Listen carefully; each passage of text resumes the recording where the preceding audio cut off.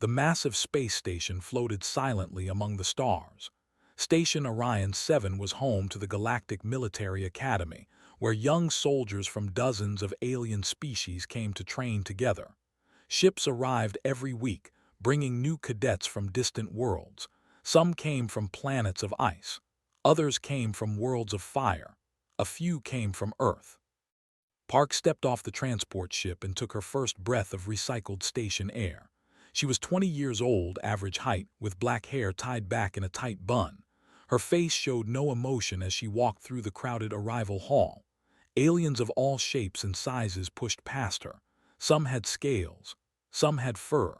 Some had skin in colors that humans could not even name. Most of them towered over her small frame. Nobody looked at her twice. Humans were still new to the galaxy. They had only joined the Galactic Coalition 40 years ago. To most alien species, humans were like children who had wandered into a room full of adults. Weak, soft, unimportant. Did not mind being ignored. She preferred it that way. She found her assigned barracks after an hour of walking through endless metal corridors. Barracks 7C was a large room with 20 beds arranged in 2 rows. Most of the beds were already claimed.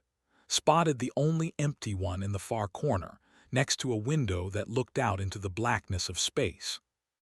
The bed beside hers belonged to a had read about during her journey to the station. They were a proud warrior species with gray scaled skin and muscles that could crush steel.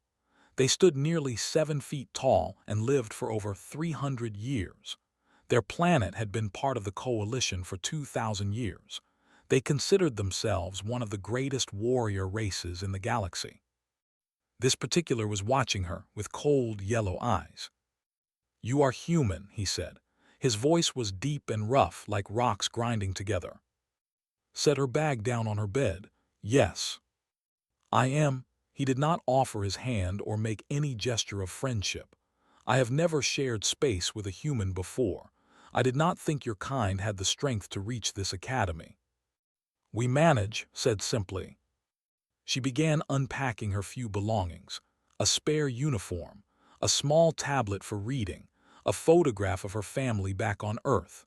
She placed each item carefully in the storage box beneath her bed. Watched her every movement. "Your species lives for what? 80 years, 90 if you are lucky. Around that. My grandfather is 600 years old.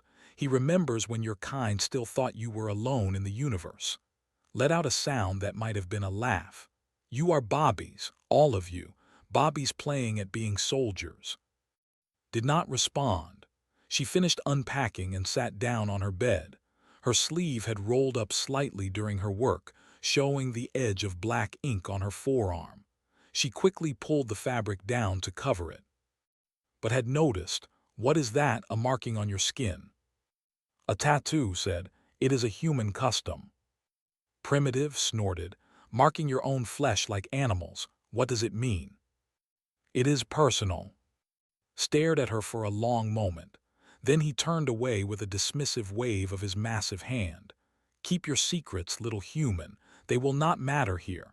You will wash out within a month. Your kind always does." Said nothing. She lay back on her bed and closed her eyes. Over the following days, she learned the rhythm of life at the academy. Wake up at dawn. Physical training until breakfast. Combat drills until lunch. Tactical studies until dinner. More training until lights out. Every day was the same. Every day was exhausting. The other cadets quickly formed groups based on species. The kept to themselves. The insect-like formed their own circle. The water-dwelling stayed near the pools. Humans were scattered throughout the barracks, always in small numbers, always on the edges of conversations. Made no effort to join any group. She trained alone when possible. She ate alone. She studied alone. Some of the other human cadets tried to befriend her, but she kept them at a polite distance. "You should stick together with us," a human cadet named Minu told her one evening. He was a friendly young man from Seoul, always smiling despite the harsh treatment from alien cadets. "The aliens respect strength in numbers. If we stay separate, they will pick us off one by one. I appreciate the advice, said, but I work better alone. Minyu looked hurt, but he nodded and walked away. Had been watching from across the mess hall. When returned to the barracks that night, he was waiting for her. Even your own kind does not want you, he said with a cruel smile. You must be even weaker than most humans. Walked past him without a word. I have been watching you in training, continued, following her to her bed. You hold back, you never show your full strength. Why is that? I train at my own pace. Or perhaps you have no strength to show. Stepped closer, using his height to tower over her. Perhaps you are hiding here, pretending to be a soldier, hoping no one will notice how pathetic you really are. Looked up at him. Her face was calm, her eyes steady. Think whatever you want. For a moment, something flickered in his expression. Confusion, perhaps. Most beings would show fear when I stood over them like this. Most beings would back down, apologize, try to escape.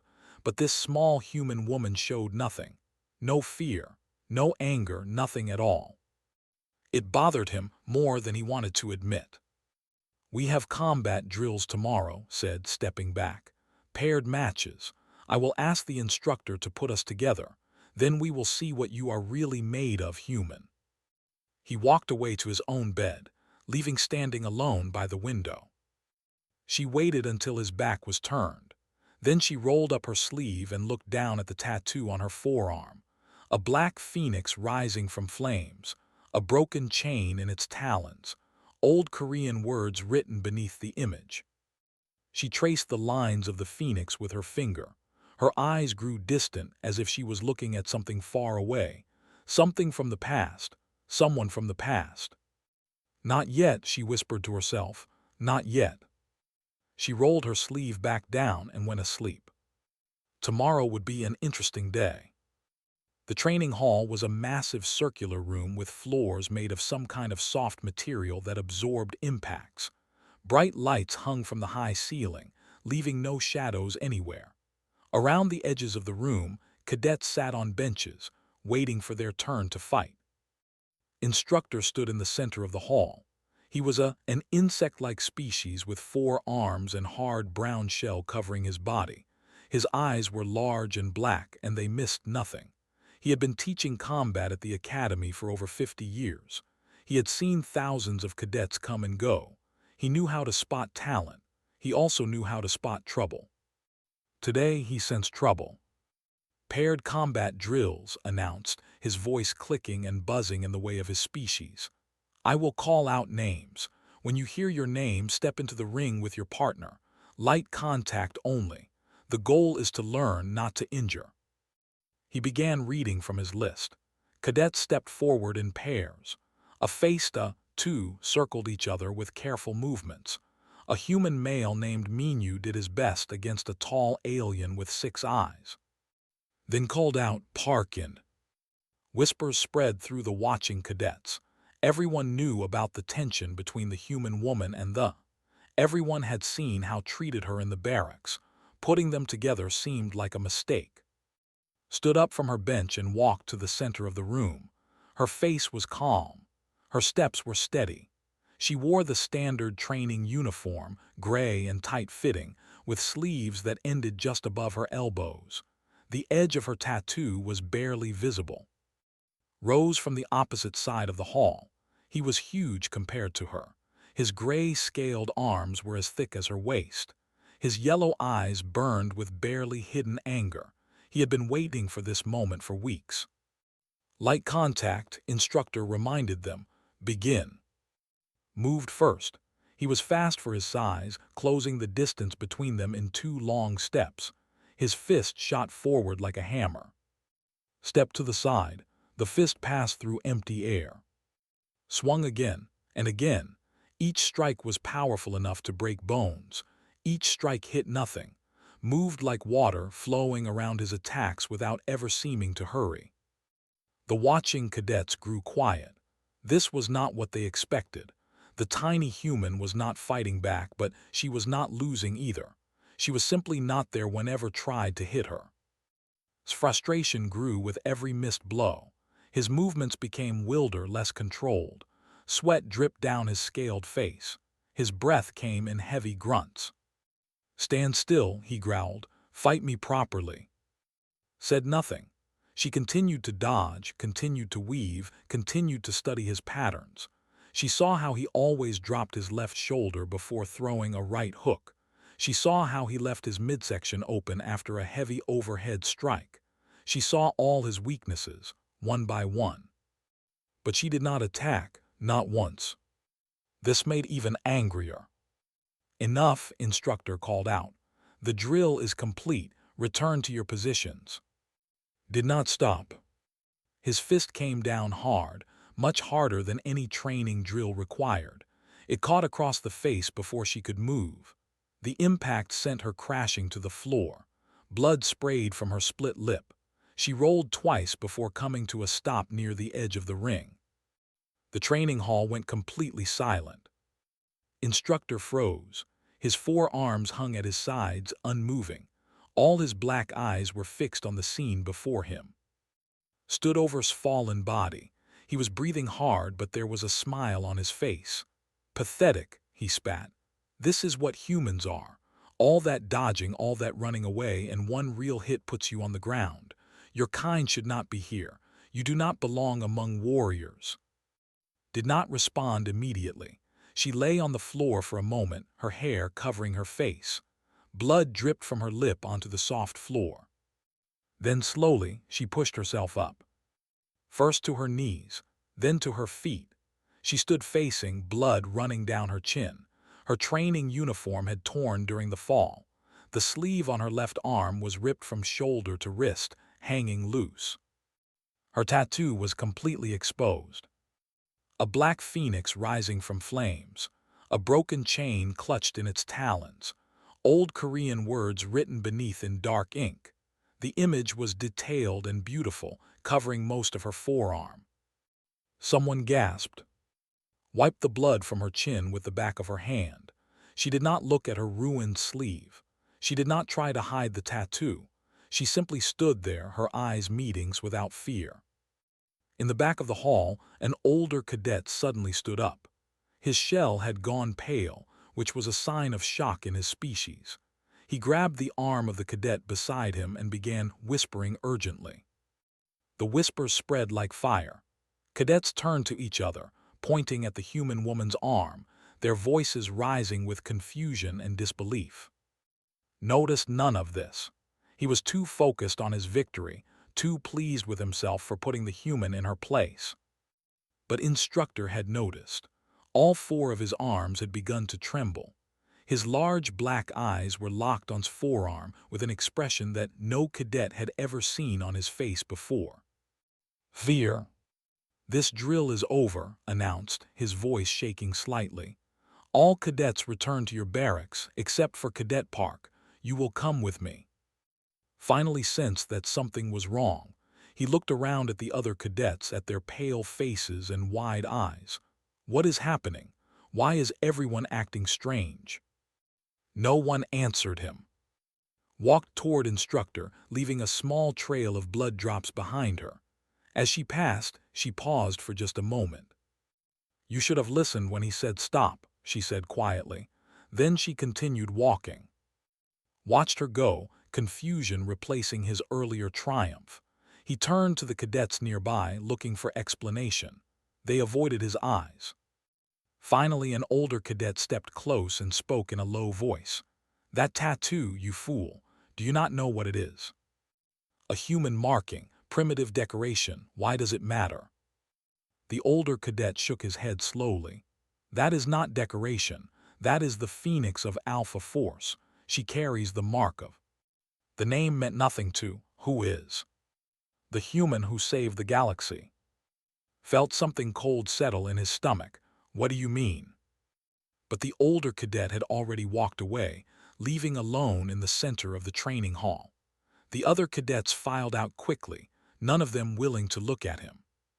For the first time since arriving at the academy, felt afraid. He did not yet understand why, but he would. Soon, everyone would make sure he understood exactly what he had done.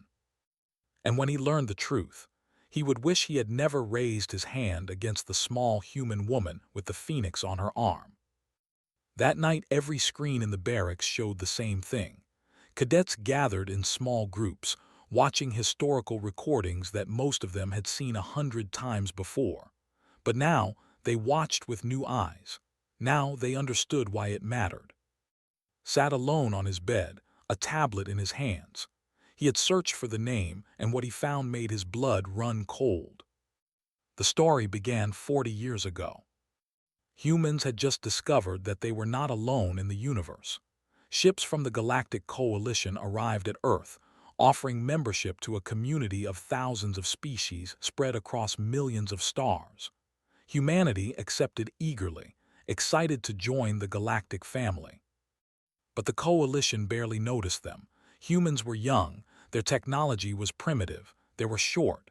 They had no great warriors, no ancient traditions, no mighty fleets.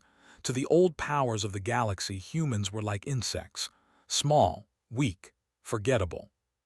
Then the swarm came. Had heard of the swarm, of course.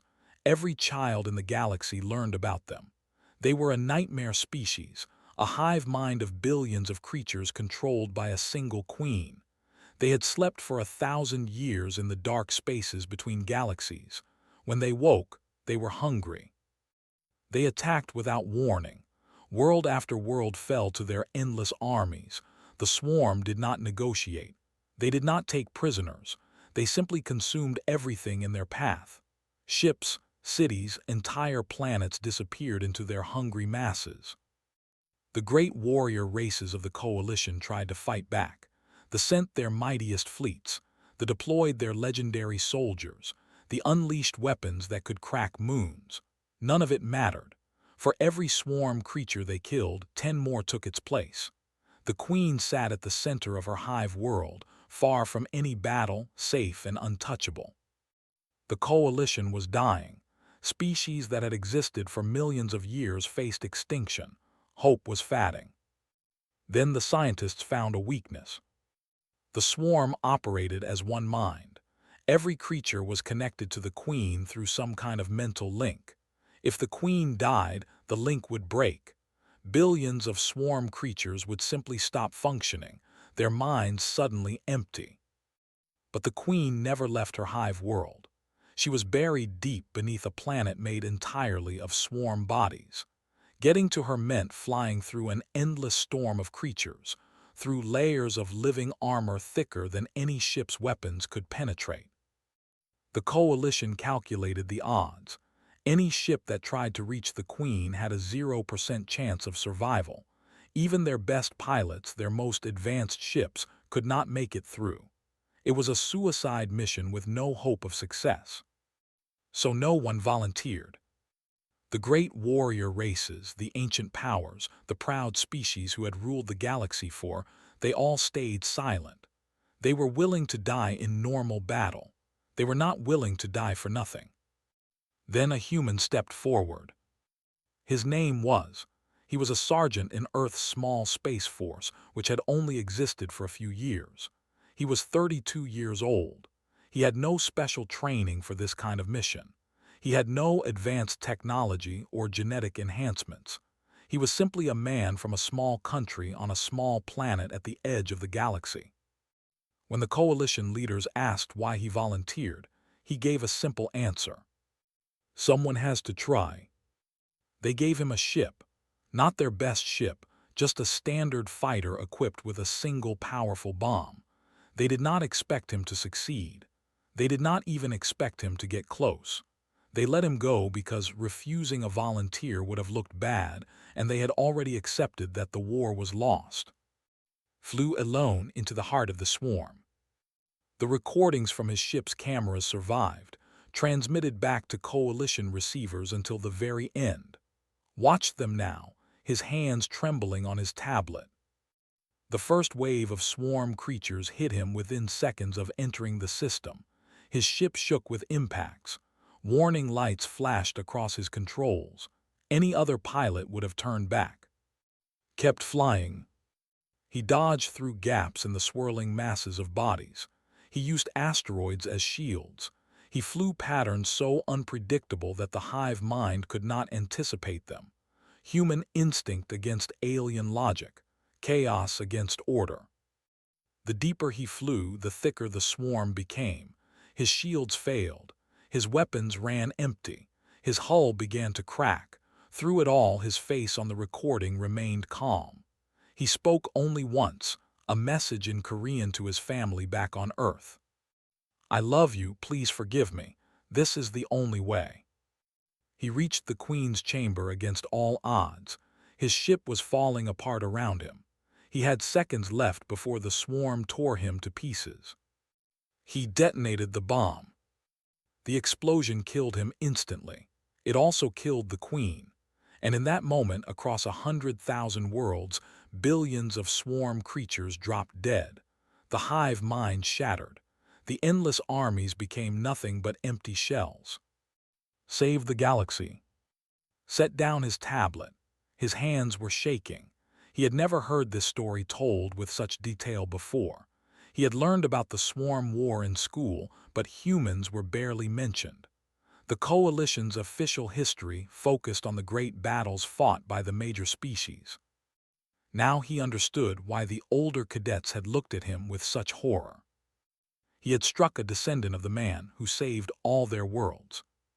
More than that, he had struck someone who carried the mark of Alpha Force.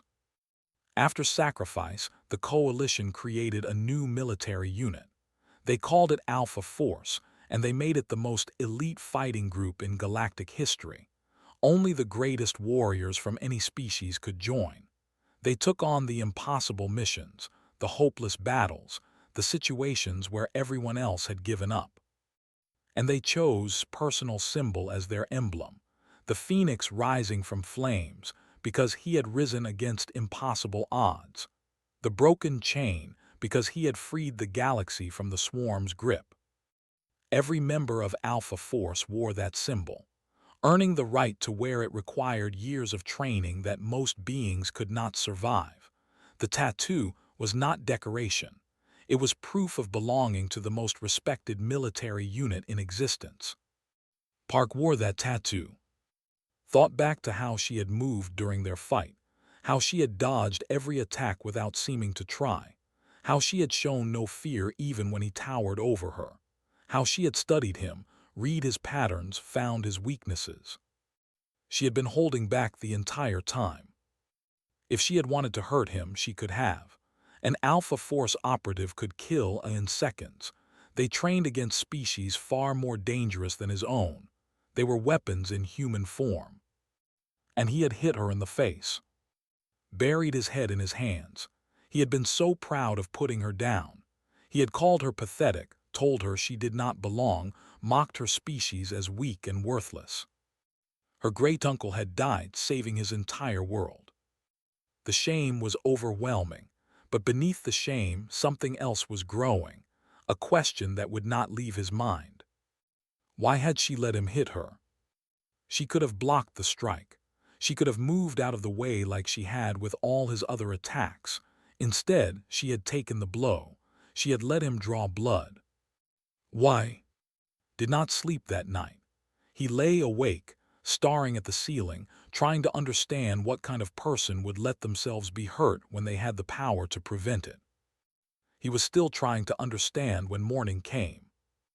The training hall was empty when arrived at dawn, empty except for one person.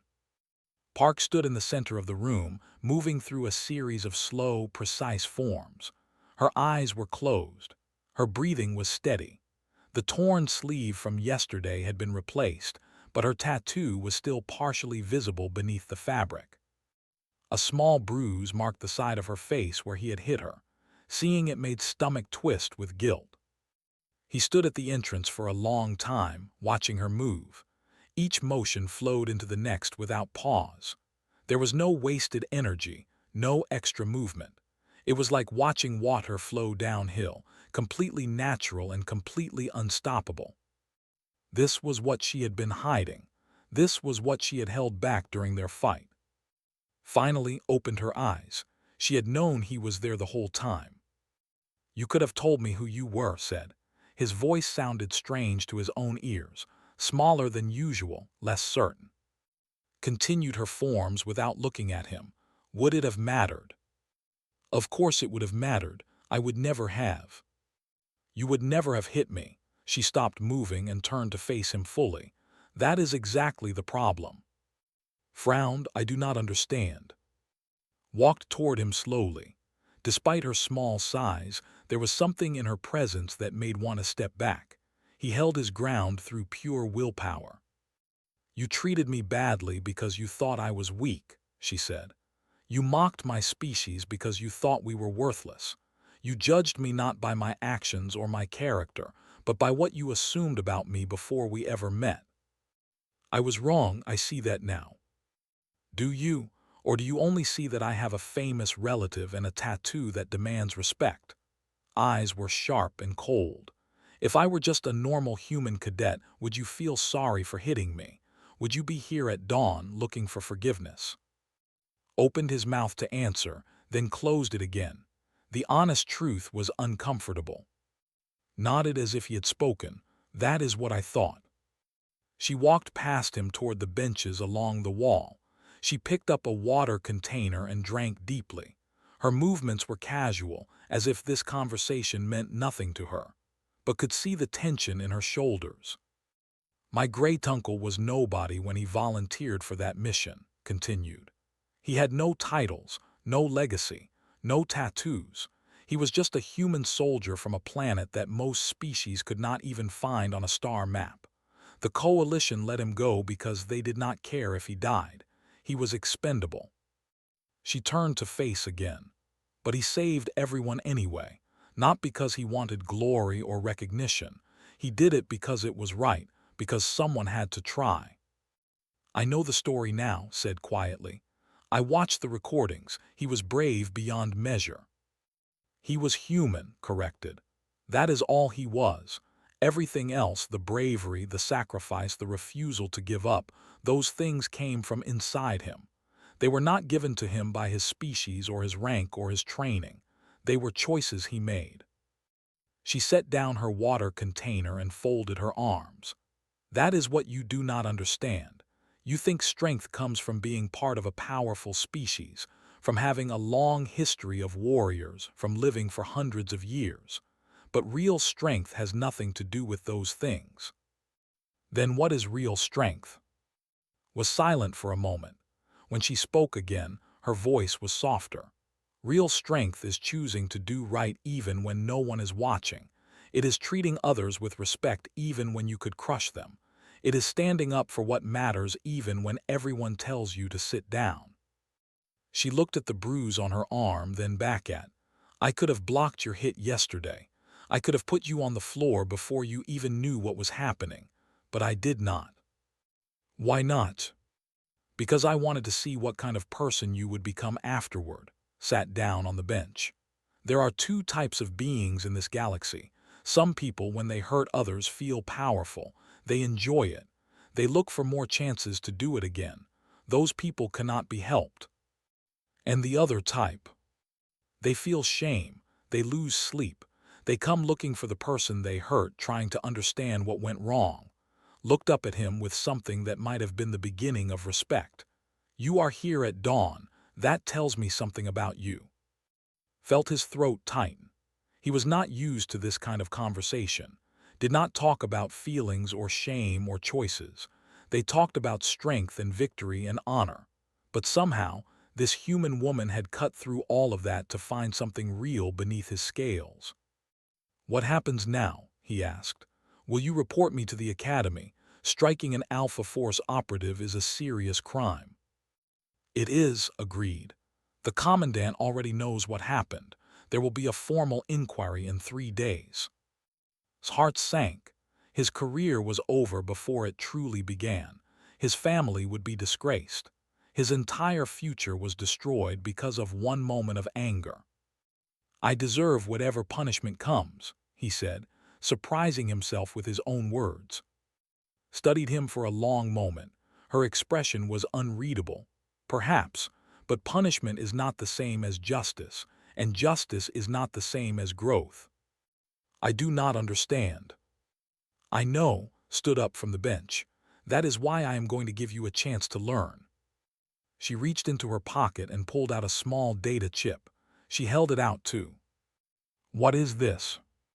History, culture, stories, everything you would need to understand humans if you actually wanted to understand us. Pressed the chip into his palm. I compiled it myself over the past few years. Most aliens never bother to learn anything real about my species. They just assume they already know everything worth knowing. Looked down at the chip. It was tiny in his massive hand. You want me to study this? I want you to make a choice. You can ignore this chip, accept your punishment, and spend the rest of your life believing that you were simply unlucky to strike the wrong person.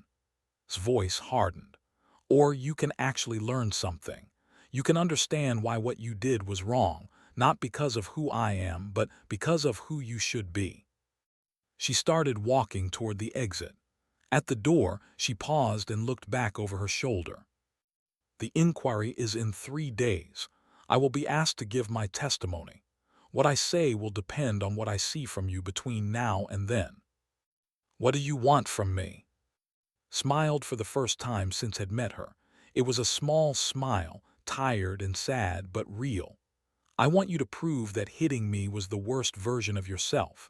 I want you to show me that you can be better. She left him alone in the training hall. Stood there for a long time, the data chip clutched in his hand. His whole life, he had been taught that strength meant power, that the strong dominated the weak, that species were ranked by their ability to fight and conquer. This small human woman had shown him a different kind of strength, the strength to take a hit when you could have dodged, the strength to offer learning instead of revenge, the strength to believe that your enemy could become something better. He looked down at the chip again. Then he went back to his barracks and started reading. The inquiry chamber was built to intimidate. High ceilings of dark metal, rows of empty seats rising up on all sides like a stadium, a single bright light shining down on the center of the room where the accused would stand.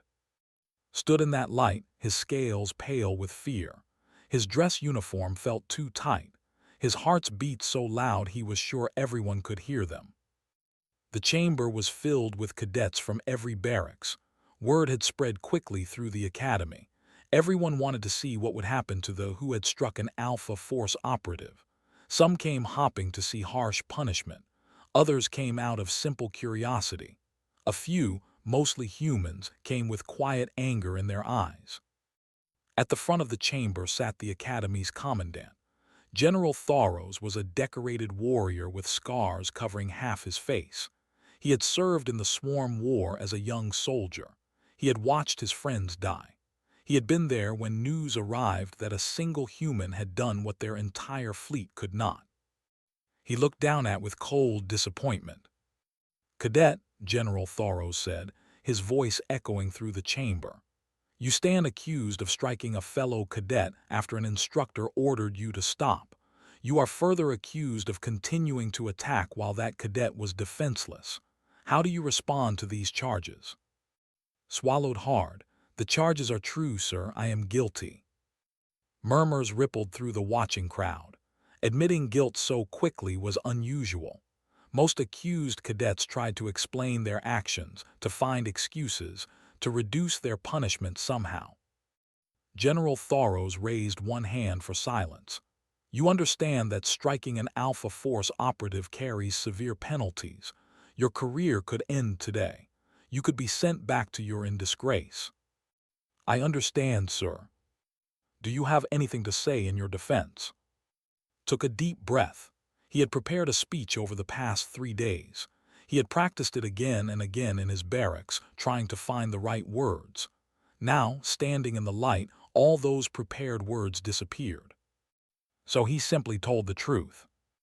"I was wrong," he said, "not just in striking Cadet Park, but in everything that led to that moment. I treated her badly from the day she arrived. I mocked her species. I called them weak and worthless. I believed that because I was bigger and stronger and older, I was better. He paused to steady his voice. 3 days ago, Cadet Park gave me something, a data chip with information about human history and culture. I have spent every spare moment since then studying it. General Thoros leaned forward slightly. And what did you learn? Thought about everything he had read. The stories of human explorers who crossed oceans in wooden boats, the scientists who cured diseases that killed millions, the artists who created beauty from nothing but sound and color, the ordinary people who stood against injustice even when it cost them everything. I learned that humans measure strength differently than we do, said slowly. We respect power. We respect the ability to dominate, to conquer, to crush our enemies. But humans, they respect something else. They respect the choice to be good when being cruel would be easier. They respect the willingness to sacrifice for others. They respect the courage to stand up for what is right, even when you are small and weak and everyone tells you to sit down. He looked toward the section of seats where the human cadet sat. Minyu was there, watching with an unreadable expression. Other humans filled the rows around him. Did not save the galaxy because he was the strongest pilot or the bravest warrior. The coalition had thousands of pilots and warriors who were better than him on paper. He saved the galaxy because he made a choice that no one else was willing to make. He chose to try when everyone else had given up. Turned back to face General Thoros. I struck Cadet Park because I did not understand that kind of strength. I looked at her size and her species and her, and I saw weakness. I was blind. And now, the general asked. Now I see more clearly, but seeing is not enough. I need to do better. I need to be better, straightened his spine. Whatever punishment you decide, I will accept without complaint. I have earned it, but I ask for one thing. What is that? The chance to prove that what I did was not who I truly am. The chance to show that I can learn from this mistake and become someone worthy of standing beside humans, not above them. The chamber was silent. General Thoros studied for a long moment, his face revealing nothing. Then the general turned to the other side of the chamber. Cadet Park, you are the injured party in this matter. You have the right to give testimony and to recommend a course of action. Please step forward. Rose from her seat and walked to the center of the chamber. She stood beside, her small form barely reaching his shoulder.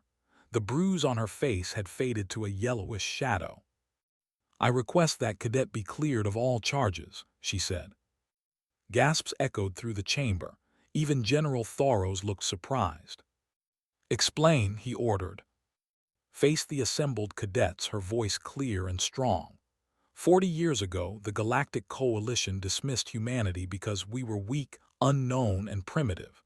They looked at our size and our technology and our short lives, and they saw nothing of value, proved them wrong.